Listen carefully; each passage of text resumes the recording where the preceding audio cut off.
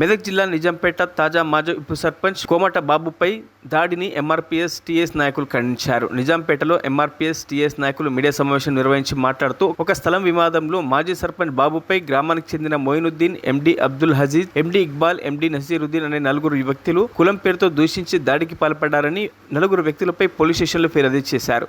పోలీసులు స్పందించి నిందితులపై SC ST atrocity case నమోదు చేసి రిమాండ్కు తరలించాలని వారు డిమాండ్ చేశారు. మేము తీవ్రంగా ఎంఆర్పీఎస్ టీఎస్ నేషనల్ వర్కింగ్ ప్రెసిడెంట్గా మరి ఈ సందర్భంగా నిజాంపేట మెదక్ జిల్లా అనేటువంటి జిల్లాలో నిజాంపేట మరి కేంద్రంలో కొమ్మాట బాబుపై మాజీ ఉప సర్పంచ్గా మరి 5 ఏళ్ల కాలాన్ని పురస్కరించుకొని మరి నేడు తన వృత్తిని బాధ్యత సామాజిక బాధ్యతగా కోణంలో జీవనోపాధి కోసం సెంటరింగ్ వర్క్ చేసుకుంటూ ఉన్నటువంటి వ్యక్తి పైన మరి దాడి చేయడం చాలా దుర్మార్గమైనటువంటి చర్య.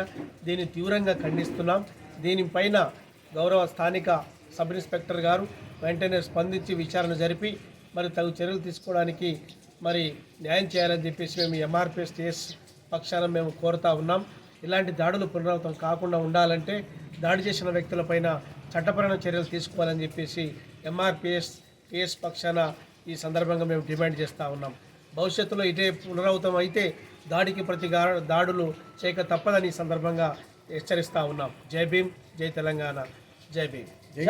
కొమ్మట బాబుపై కులం పేరుతో దూషించి ఆయనకు ప్రాణహాని కలిగే విధంగా నలుగురు వ్యక్తులు ముస్లిం సోదరులు మరి వాళ్ళు కులం పేరుతో దూషిస్తూ అనేక రకమైనటువంటి ఇబ్బందులకు గురి చేసినటువంటి వారిపై చట్టరీత్యా చర్యలు పోలీసు యంత్రాంగం తక్షణం తీసుకోవాలని చెప్పేసి ఎంఆర్పీఎస్ డిమాండ్ చేస్తుంది.